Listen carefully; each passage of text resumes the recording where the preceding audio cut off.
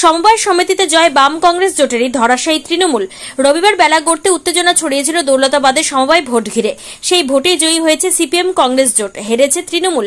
39-4 ভোটে জয়ী হয়েছে সিপিএম কংগ্রেস জোট। রবিবার দৌলতাবাদ হাই স্কুলে হয় সমবায় ভোট। মহারাজপুর কৃষি উন্নয়ন সমবায় সমিতিতে মোট ভোটার রয়েছে 1056 জন।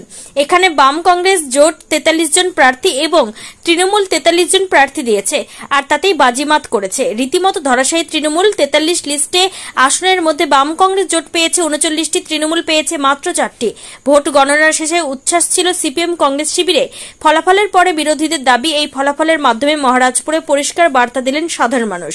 দীর্ঘদিনের অসন্তোষ, অবহেলা ও দমন পীড়নের বিরুদ্ধে এবার কৃষকেরা রায় দিলেন পরিবর্তনের পক্ষে। গণতান্ত্রিক পদ্ধতিতে রায় দিয়ে তারা প্রমাণ করলেন দমন নয়, সংগঠনই শক্তি।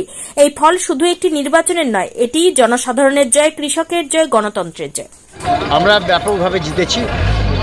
সারাদিন ধরে লুটপাট চালিয়ে বুথ দখল করা, মানুষকে ভোট দিতে দেবে না। কিন্তু মানুষ এবং এখানকার নেতৃত্ব সকলে মিলে রুখে দিয়েছে এবং এখানে জয় জয়কার হচ্ছে, মানুষের জয় হয়েছে। অতএব চাই জনগণকে ধন্যবাদ জানাই। বাম এবং কংগ্রেস এরা জোট করে লড়াই করে আজকে মানুষের এই সমবায় সমিতি দখল করেছে। আমরা তাই চাই যে আগামী দিনে এই সমবায় সমিতি যারা কর্ণধার হবে তারা প্রচুর কাজ করবে মানুষের জন্যে। অতএব তাই আপনাদেরকে বলি যে আপনাদেরকেও ধন্যবাদ, তার কারণ যেভাবে এই জয় হয়েছে তার জন্যে মিডিয়ারও ভূমিকা আছে। আপনারা সারাদিন পড়েছিলেন, আপনাদেরকেও ধন্যবাদ। সামনে যে